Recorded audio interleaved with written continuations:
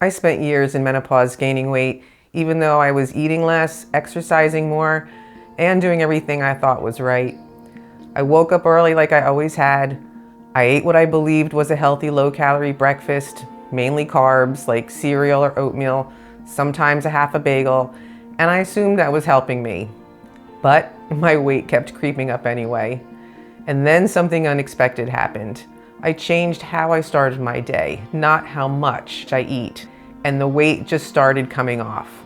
What finally changed wasn't willpower or eating less, it was understanding how my body responds to food now. At the time, I wasn't looking to overhaul my diet because, at least from a calorie standpoint, I believed I was doing all that I could. But then I stumbled across someone talking about how your first meal of the day can set the tone for everything that follows. And that idea really challenged what I thought I knew.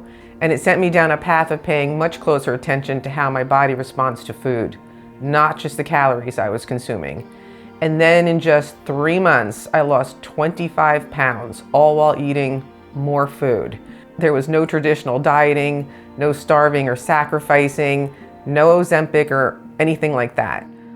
I made just 2 simple changes that started working with my menopause metabolism instead of fighting it. I'm going to share exactly what I did, how easy, and more importantly, how sustainable it's been, and hopefully inspire you to think differently about your own food choices and eating habits. And here's the thing, on this channel, we're talking about real life for real women. We're not giving up our dinners out, we're not skipping the parties, and we're definitely not spending the second half of our lives feeling punished by our food choices. And what we can do is be intentional without being restrictive. Small shifts, not sacrifice. Habits that work with our bodies now instead of against them. So in this video and every video going forward, I want to show you how to enjoy your life and enjoy your food and still reach your goals without feeling like you're constantly starting over. And if you stay with me until the end, I'm sharing something brand new I'm starting on this channel. Something that's already made choosing what to eat a lot clearer for me and may help do the same for you. So if you've been feeling stuck or confused by your midlife metabolism, this is definitely for you.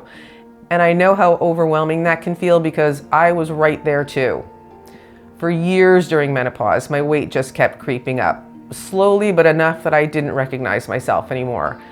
And the more I gained, the smaller I felt. I went out less, I wore mostly black, not because it was chic or anything, but because it felt safe. My daughter even said that she'd love to see me wear something other than black. And that's when it hit me. I was hiding. I avoided photos, I avoided mirrors, I avoided anything that might show me what I didn't want to see. I honestly thought this was my new normal. Then in 2024, everything shifted in a very uncomfortable moment. At the time, my daughter was Miss New Jersey Teen USA, and during the final show, a video montage of her year played on the big screen. Then she took her final walk across the stage, her last moment as a title holder, to a standing ovation, and just mere moments before that happened, I was asked to walk out on the same stage to present her with flowers. And even though there were other VIPs on the stage along with over 100 contestants, it felt like everyone was staring at me. And suddenly there was nowhere to hide. 1,000 people in the audience, thousands more watching online. Ultimately, I did it for her, of course, but when I saw myself afterward in that recorded broadcast, I was stunned.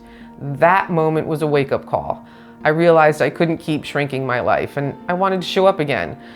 I wanted to stop hiding, and that's what finally pushed me to change my approach and led me to 2 shifts that completely transformed my weight, my health, and honestly, my confidence. What I didn't realize at the time was that my eating habits and constant hunger were actually the result of something much bigger, something I wasn't even aware of. And once I discovered it, everything changed. For most of my life, staying thin wasn't something I had to work at. I never counted calories, I exercised regularly, I just ate when I was hungry and when I wanted a little treat here and there. Even after having babies, my body bounced back without much effort. So when perimenopause hit, I didn't change anything. I just figured I eat pretty healthy, I'm not overeating, this should still work, right? But it didn't. I was eating what I thought was a normal, reasonable amount.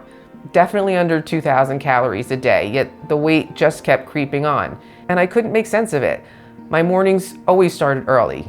Coffee at 5 o'clock, starving by 8 o'clock.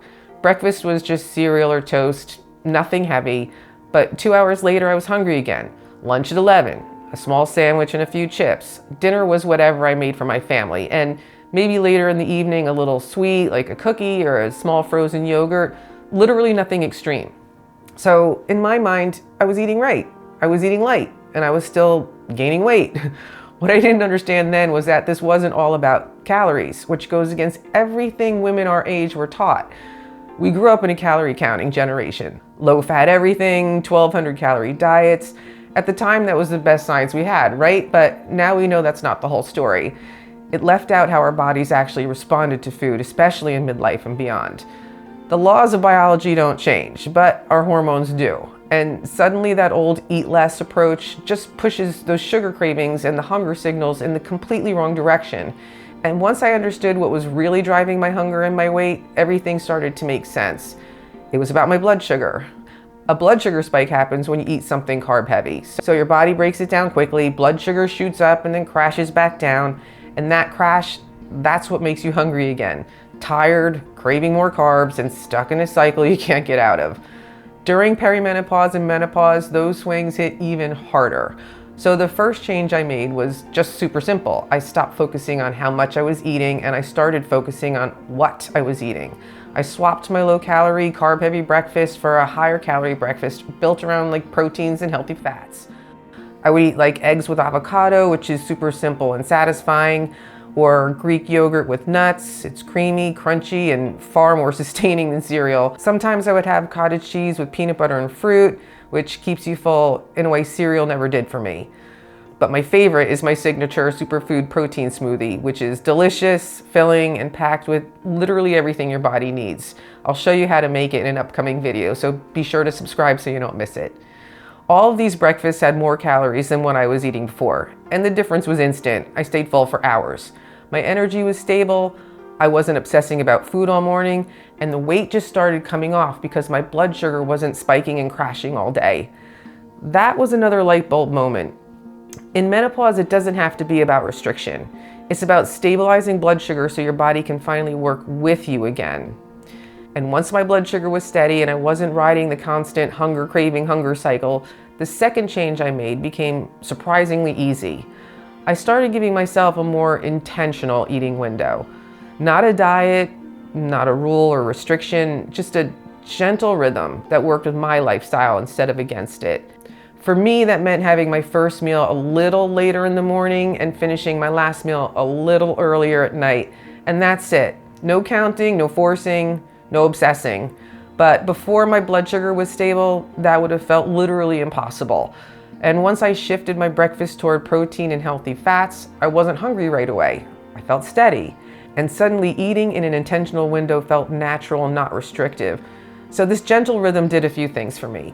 It gave my body predictable breaks from eating. It reduced mindless snacking. It stabilized my appetite. It made everything feel easier, not harder. So when I started, I kept it simple. I didn't jump into anything extreme. I began with about a 10-hour eating window and stayed consistent with that for months. Our bodies naturally raise blood sugar when we wake up. So I waited a little longer for my first meal in the morning. And I stopped eating a few hours before bed. Not rules, just intentional choices that made me feel good. And here's what surprised me the most. Eating in an intentional window didn't make me feel deprived. It actually made me feel free. Free from thinking about food all day, free from constant hunger, free from guilt, free from feeling that my metabolism was working against me. And pairing this gentle eating rhythm with my new blood sugar steady habits literally changed everything. The weight started coming off, my energy came back, my other menopause symptoms disappeared, and I finally felt like myself again. So between shifting what I ate and when I ate, everything finally started working with my body again instead of against it. And once I understood those two pieces, something else became very clear. Most of us are struggling because we're trying to make food decisions in the dark. We're guessing or we're overwhelmed. And especially in midlife, the foods that used to work for us suddenly don't. And that's why I'm doing something completely new on this channel. I'm going to start testing everyday foods on myself using a continuous glucose monitor, so you can actually see how different foods show up in a real woman's body in midlife. This isn't about obsessing over numbers, it's about removing guesswork. No theories, no fads, just real data from real life. Now everyone's body is different. My results aren't meant to replace your experience, but they can give you a starting point or a reference and a whole lot more clarity than trying to figure this out alone. And I want you to be part of this with me.